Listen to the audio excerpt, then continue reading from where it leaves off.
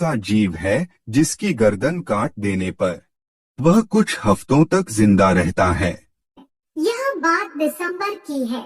बहुत कड़कड़ाती सर्दी पड़ रही थी।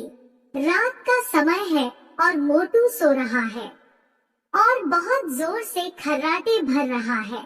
मोटू के खर्राटे की वजह से पतलू को नींद नहीं आ रही, लेकिन कुछ समय बीतने के बाद पतलू की सो जाता है। लेकिन जब रात को 12 बजते हैं तो अचानक पतलू की नींद खुल जाती है। पतलू को कुछ सुनाई देता है। जब है गौर से सुनता है तो उसे गेट बजाने की आवाज आती है।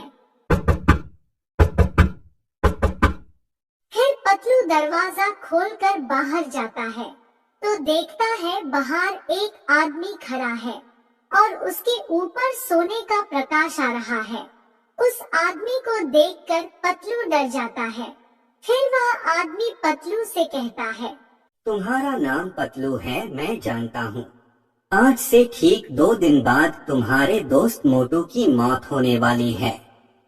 तुम लोगों ने हमेशा दूसरों की मदद की है, किसी को परेशान नहीं किया और बड़ों का कहना माना है। तुम दोनों बहुत अच्छे आदमी हो, इसलिए मैं तुम्हें यह बताने आया हूँ। 2 दिन बाद मोटू की मौत हो जाएगी।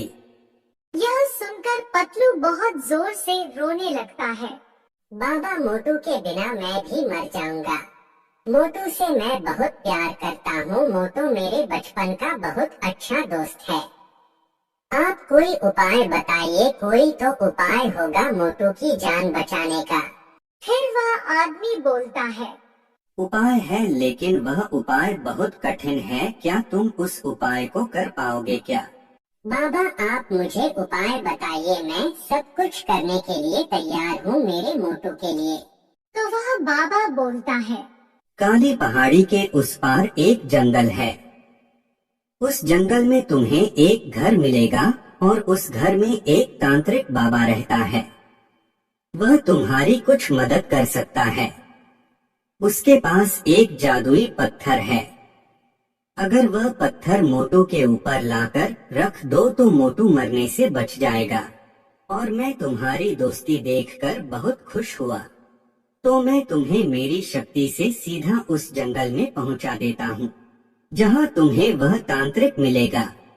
फिर वो बाबा पतलू को अपने जादू से उस जंगल में पहुंचा देता है। पतलू जंगल में तांत्रिक को ढूंढता है और उसे तांत्रिक का घर मिल जाता है। फिर पतलू तांत्रिक से मिलकर तांत्रिक को सारी बात बता देता है। फिर तांत्रिक बोलता है, लेकिन तुम्हें मेरे एक सवाल का जवाब देना पड़ेगा। अगर तुम्हारा जवाब सही निकला तो मैं तुम्हें वह पत्थर दे दूंगा।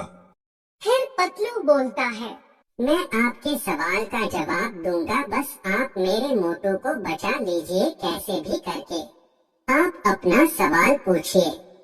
ऐसा कौन सा जीव है जिसकी गर्दन काट देने पर वह कुछ हफ्तों तक जिंदा रहता है? फिर पतलू सोच में पड़ जाता है।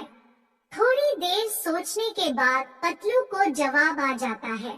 फिर पतलू बोलता है, आपके सवाल का जवाब कॉकरोच है, क्योंकि कॉकरोच ही ऐसा जीव है जिसका सर काटने पर कुछ हफ्तों तक वही जिंदा रहता है।